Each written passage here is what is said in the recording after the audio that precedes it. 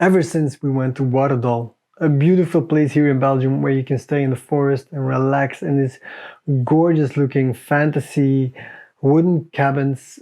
I've been dreaming about building one for myself. Um, I've I've been looking on Google and Pinterest to gather some ideas. I even tried sketching, but to be honest, I can use some more training or some more experience with sketching because definitely a skill I lack. But hey, since sketching didn't work, I turned to Midjourney as well to get some ideas rolling. And little by little, the idea in my head started forming, and I quickly realized I didn't want to build a box because all the things in the images that appealed to me the most were curved parts, green roofs, round windows, a curved door. Well, you get what I mean.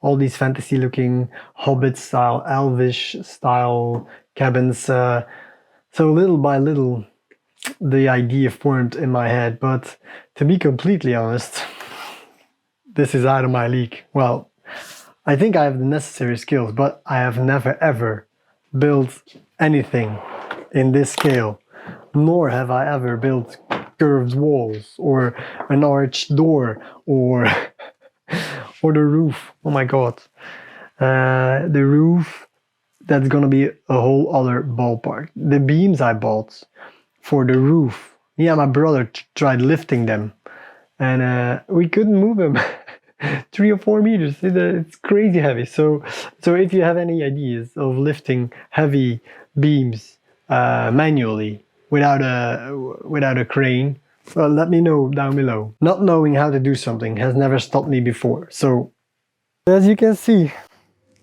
I've already started building. I started with the concrete foundations. I've made some column foundations and I've put the wooden base on top, which should be super strong. So if you want to see how I built this base and the concrete foundations, I'll put a video up there so you can check it out. But for once, I didn't just go all out. This time, I built a little prototype to get me started, to figure everything out, because hell, how do you connect round beams? For starters, let me show you. This piece of wood represents the area, the room that I have to build this entire build.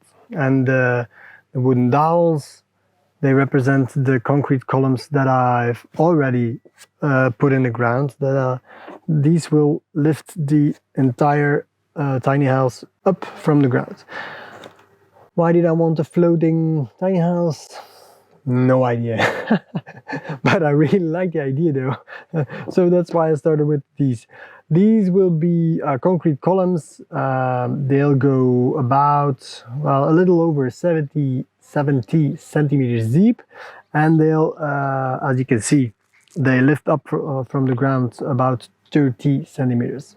And as you can see, I've already put down this base, which will hold the entire thing.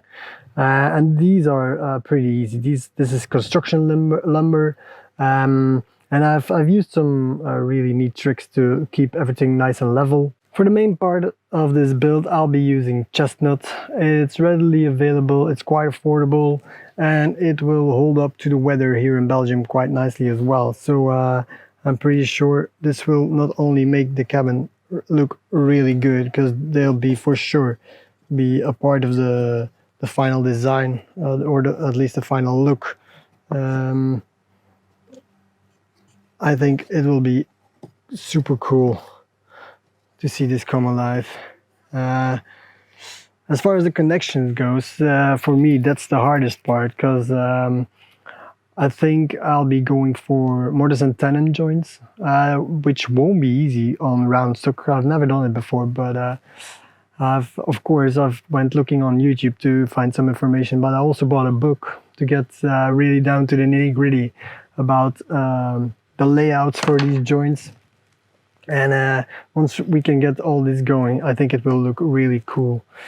Same thing for the roof. I was thinking about making the roof a reciprocal roof, but I quickly realized that a semicircle won't work, at least as far as I know, as far as I've seen. So I'll be going for what I'll be calling a sunburst roof. By no means easier, but still, I think the inside of this will look so good.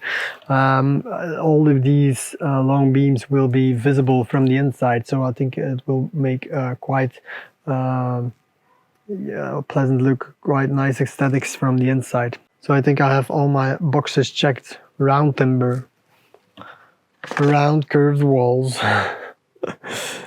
up like this. Round curved walls, more round curved walls like this, and then last but not least, a curved and arched door to connect everything. And then of course I'll be adding some round windows and some details left and right, some extra details in the windows as well.